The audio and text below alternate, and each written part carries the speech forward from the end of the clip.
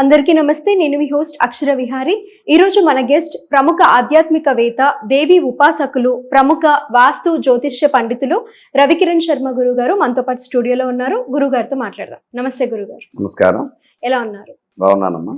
గురుగారు, ముందుగా మీకు అలాగే మా ప్రేక్షకులందరికీ శ్రీ క్రోధినామ సంవత్సర శుభాకాంక్షలు, అలాగే ఉగాది శుభాకాంక్షలు.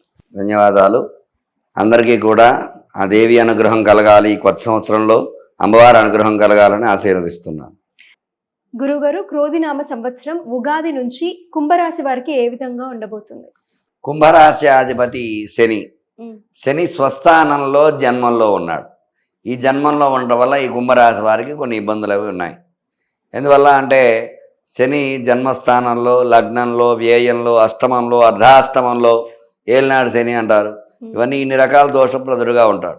అందువల్ల రాశ్యాధిపతి శని ఆయన సొంత ఇల్లు అయినప్పటికీ కూడా ఏలినాడు శని ప్రభావము, జన్మ శని ప్రభావం వల్ల కొన్ని ఇబ్బందులు అవి కలుగుతూ ఉంటాయి ఈ రాశిలో ఉండేవారికి.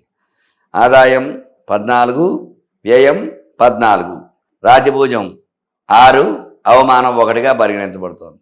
అయితే మొత్తం మీద ఈ యొక్క రాశిపరంగా చూసుకున్నట్లయితే కుంభరాశికి ప్రతికూలతలు ఎక్కువ ఉన్నాయి అనుకూలతల కంటే కూడా. చదువుకునే వారికి జ్ఞాపక శక్తి మందగించడం, చదువు మీద ధ్యాస లేకుండా ఆటల మీద ధ్యాస వెళ్ళడం, ఇట్లాంటివన్నీ ఈ రాశిలో ఉండేవారికి ఎక్కువ జరుగుతూ ఉంటాయి.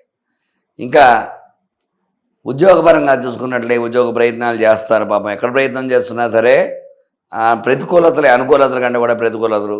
10 మందిలో ఒక 2కి ఉద్యోగం వస్తే గొప్పగా ఉంటుంది ఈ రాశిలో ఉండేవారికి. అందువల్ల ఒక 20%, 100 మందిలో 20 మందికి మాత్రమే అవకాశం ఉంటుంది. మిగతా వాళ్ళందరూ కూడా ఉద్యోగం కోసం ప్రయత్నాలు చేస్తూనే ఉండవలసి వస్తూ ఉంటుంది. ఉద్యోగ ప్రతికూలతలు, అలాగే వర్క్ స్ట్రెస్ ఎక్కువ ఉంటుంది ఉద్యోగంలో ఉండేవారికి. ఇంకా పని ఒత్తిడి పెరగడము, ఇంకా పని పెంచడం, ఇట్లాంటివన్నీ జరుగుతూ ఉంటాయి. ప్రమోషన్స్ గురించి ఎదురు చేసే వాళ్ళకి ప్రమోషన్స్ రాకపోవటము, ఇలాంటి ఇబ్బందులు ఎక్కువగా ఉంటాయి. శని ప్రతికూలంగా ఉండటం వల్ల డిమోషన్స్ అంటే ఉద్యోగం నుంచి తీసివేయడం, ఇట్లాంటివి కూడా జరుగుతూ ఉంటాయి. కొన్ని జాగ్రత్తలు వహించాలి ఈ రాశిలో ఉండేవారు. అట్లాగే వివాహపరంగా చూసుకున్నట్లయితే శని జన్మంలో ఉంటాం. వివాహం కానీ స్త్రీ పురుషులకి వివాహ అనుకూలతలు ఉన్నాయి, కానీ కొంచెం ప్రతికూలతలు ఎక్కువ ఉన్నాయి. ఒక 40% అయితే వివాహం అయ్యే యోగాలు ఉన్నాయి, మిగతా 60% ప్రతికూలతలే ఉన్నాయి. అట్లాగే సంతాన పరంగా చూసుకున్నట్లయితే సంతాన సమస్యలు కూడా వస్తూ ఉంటాయి. సంతాన విషయంలో కొన్ని జాగ్రత్తలు వహించాలి, కొన్ని నియమాలు పాటించినట్లయితే అయితే ఖచ్చితంగా సంతానంలో వీళ్ళకి మంచి శుభవార్త వినే యోగాలు అవి ఉంటూ ఉంటాయి. అట్లాగే వ్యాపార పరంగా చూసుకున్నట్లయితే వ్యాపారం చాలా జాగ్రత్త వహించాలి. ఎందువల్ల అంటే కొత్త వ్యాపారాలు ప్రారంభం చేస్తున్నారు, వాటి మీద అవగాహన లేకపోవడం వల్ల నష్టపోవడం, ఇట్లాంటివన్నీ జరుగుతూ ఉంటాయి. ఈ రాశి వారు కొత్త వ్యాపారం ప్రారంభించాలనుకుంటే ఈ సంవత్సరం ఆగి తర్వాత ప్రారంభం చేసుకోవడం చాలా ఉత్తమంగా చెప్పవచ్చు. వాళ్ళు వ్యాపారం చేసేవాళ్ళు జాగ్రత్త వహించకపోతే నష్టపోవడం జరుగుతుంది. తగు జాగ్రత్త వహించినట్లయితే మెలకువ ద్వారా నష్టం లేకుండా కనీసం పెట్టుబడి వచ్చే అవకాశాలు ఉంటాయి. అందువల్ల వ్యాపార పరంగా ఇబ్బందులు ఉన్నాయి. రాజకీయ పరంగా కూడా ఈ రాశిలో ఉండేవారు రాజకీయంలో విజయగాథను ఎగురవేయడం చాలా అరుదుగా జరుగుతుంది. ఎందువల్ల అంటే ఈ రాశికి శని అనుకూలంగా లేడు. శని అనుకూలంగా లేకపోవడం, వెళ్ళాల్సిన ప్రభావం వల్ల వీళ్ళు ఖచ్చితంగా ఓడిపోవడం జరుగుతుంది. కొన్ని జాగ్రత్తలు వహించాలి. ఈ శని కొన్ని పరిహారాలు ఎప్పుడైతే చేసుకుంటారో దానివల్ల ఖచ్చితంగా అనుకూల యోగాలు అయితే ఉంటాయి. ఎందువల్ల అంటే పరిహారం ఎప్పుడైతే చేసుకుంటామో దానివల్ల బలం చేకూరుతుంది. దైవబలం చేకూరడం వల్ల విజయం వచ్చే అవకాశం ఉంటుంది. అందువల్ల రాజకీయ పరంగా అనుకూలతలు తక్కువగా ఉన్నాయి, ప్రతికూలతలు ఎక్కువగా ఉన్నాయి.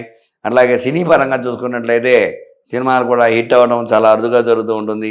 సినిమా హిట్ అవుతుంది అనుకునే సినిమా కాస్త ఫ్లాప్ అవ్వడము, ఇట్లాంటి ఇబ్బందులు ఇట్లాంటివి వస్తూ ఉంటాయి. అలాగే స్టాక్ మార్కెట్ వ్యాపారంగా చూసుకున్నట్లయితే స్టాక్ మార్కెట్ వాళ్ళు లాభం వస్తుంది అని పెట్టిన షేర్లు సడన్గా పడిపోవటము, దానివల్ల లాస్ అవ్వడం, ఇట్లాంటివి జరుగుతూ ఉంటాయి.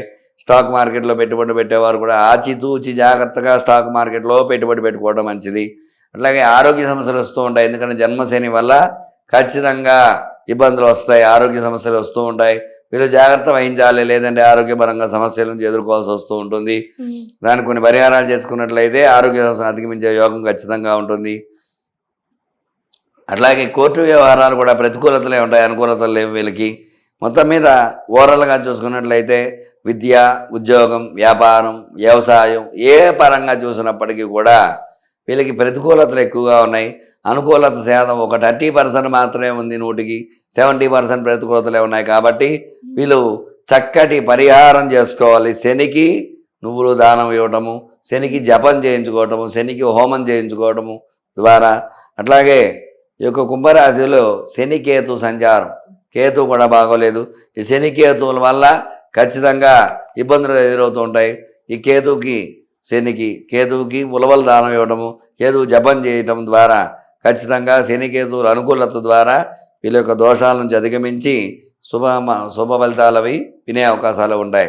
సో మొత్తం మీద ఓవరాల్గా చూసినట్లయితే ఈ రాశి వారికి ప్రతికూలతలు ఎక్కువ ఉన్నాయి కాబట్టి తగు జాగ్రత్తలు వహించి తగు పరిహారాలు చేసుకున్నట్లయితే శుభవార్తలు వినే యోగం మొత్తం మీద ఉందన్నమాట.